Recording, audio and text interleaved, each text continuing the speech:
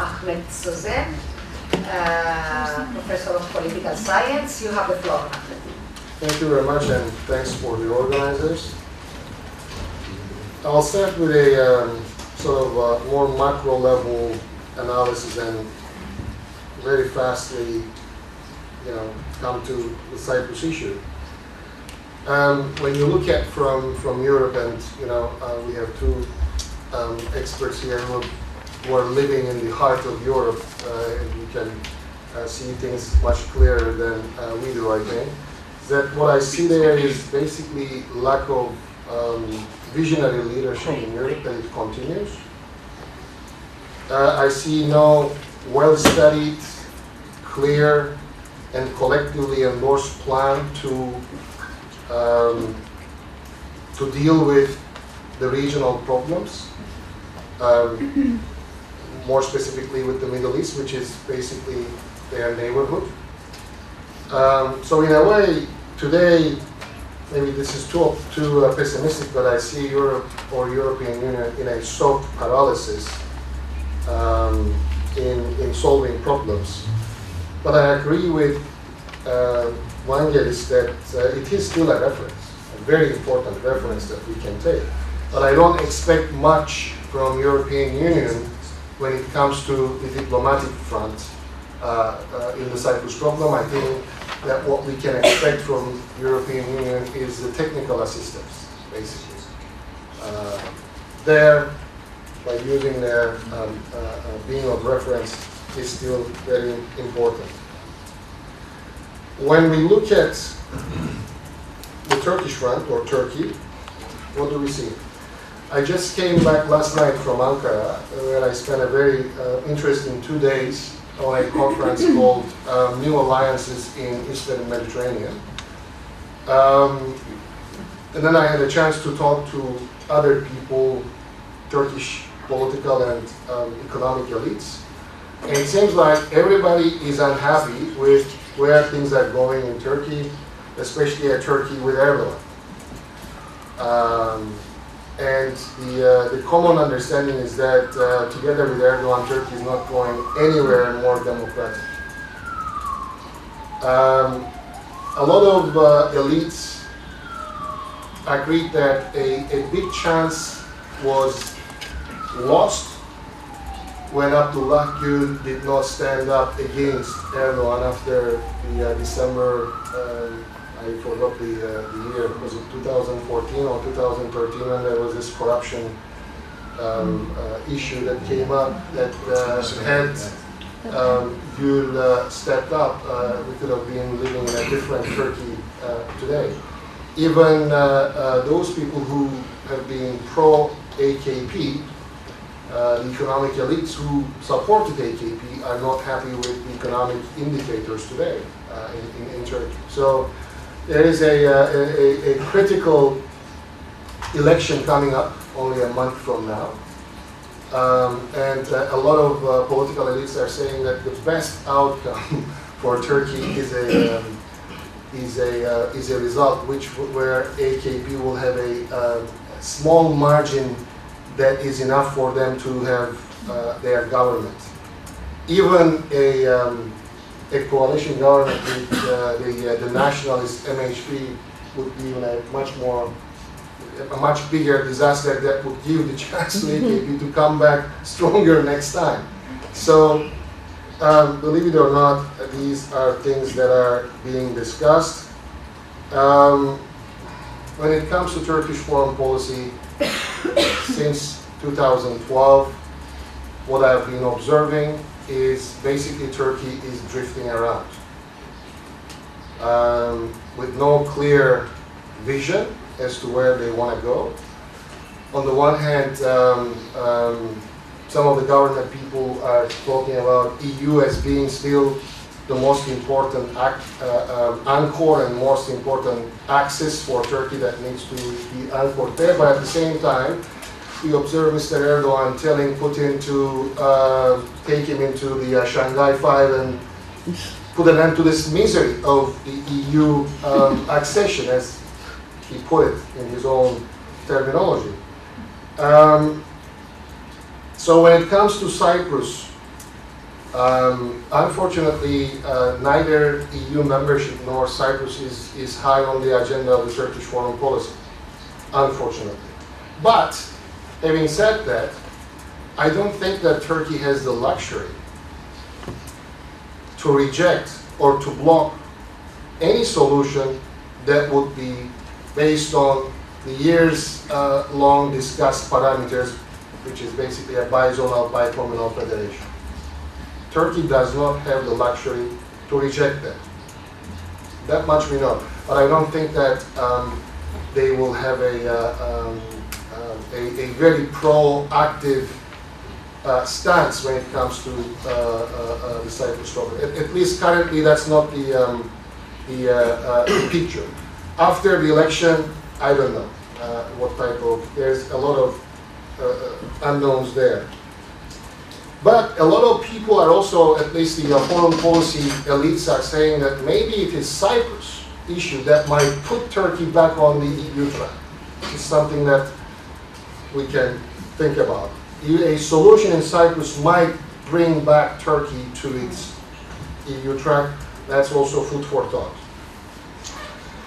When it comes to Cyprus, if those of you who are interested in having a more deeper analysis, I've written two pieces. One was in Turkish in Al Jazeera Turk a few days ago, and the other one in World Policy Review, that if you want to get into more details of what I think, because I don't want to eat up more than 10 minutes here.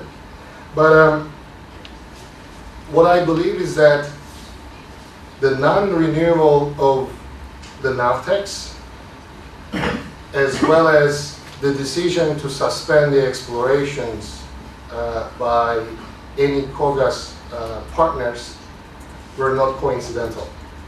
That these were basically efforts of the international community, mostly UN and probably US in the background, to prepare an infrastructure, to prepare a new space where the negotiations in Cyprus can take place without external disturbances or external distractions. So it was very clear that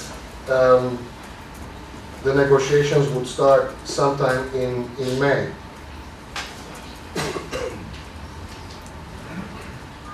Now, but I think that if we want to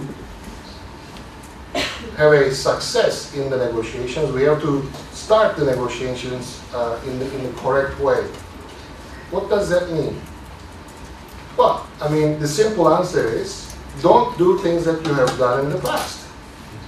So what I've been saying for a long time is that start doing things differently. My worry and my fear is that if we fall into the very same accustomed patterned behaviors in Cyprus, then what we are going to reach will be where we are. And that's a genuine worry that I have. So, what shall we do differently? I've been personally supporting the idea that the NEAR process should be more inclusive. And how you do that is, I'm going to try to explain. First of all, let's start with the intercommunal negotiations, or track 1 leaders level negotiations. I think that the correct way to start is not with only the 11th of February joint communique. And some of you know that I have a very strong opinion on that one-page communique, which is a result of 6 months of diplomacy. But it's a very pathetic document, I think, although it has a lot of substance when it comes to the content of the parameters of a solution, but nonetheless, when it comes to the negotiation process, it has 3 strong weaknesses. One, there is no either formal nor informal calendar for the negotiations. It's open-ended. First of all, what needs to be done is that needs to be fixed by calendaring. If there's such a word in English, calendaring the negotiation processes, stages, starting from the referendum coming to today. Second, it can be either formal or informal, but the two sides should have a sense of time, sense of schedule. And second thing is that the basis of the negotiations are not clear. Whether the convergences, things that the two sides agreed upon, are on the table or not, whether the two sides can, based on those and then step up somewhere else with maybe connecting or bridging proposal is not clear. So the basis needs to be clarified and clean for the two sides. That they have to know before they start that these are the issues that we agreed on and these are the issues that we did not agree on. And the third issue is that the modality of the negotiations are not clear in that document. So how many times, for example, the leaders are going to meet, in what way, the negotiators, how many times they're going to meet, or whether we are going to meet working groups or whatnot, these are not clear, and those needs to be clarified. And that's only part of what needs to be done. And I think that this is not enough. The second thing is, of course, you need a continuous support of the international community, needless to say, that they have to remain engaged, and also the guarantor powers.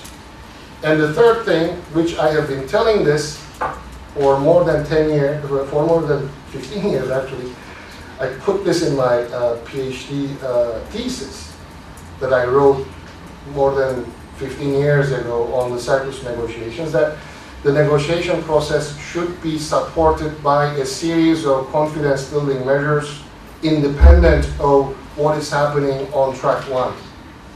And even if track one gets stuck somewhere, the other track should continue.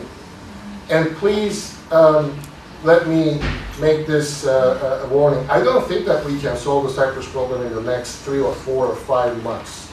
We have to be realistic. I mean, so when people talk about, hey, let's have a quick solution, I don't think that that works like that. And I think that a reasonable time should be there where it should be used very wisely by engaging the real public through confidence-building measures that the average Greek and Turkish Cypriots need to see in their own daily lives that cooperation is positively changing their life, so that they can get this perception that, hey, this time, something is happening.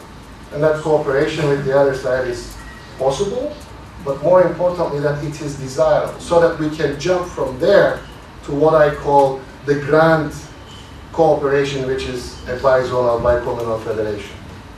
Otherwise, I think that if we fall into the very same accustomed patterns of behavior, that, hey, 11th of September, joint communique is enough, let's rush the negotiations and we'll finish by the end of the year. We heard about these things before. I don't think that's going to work. Thank you so much.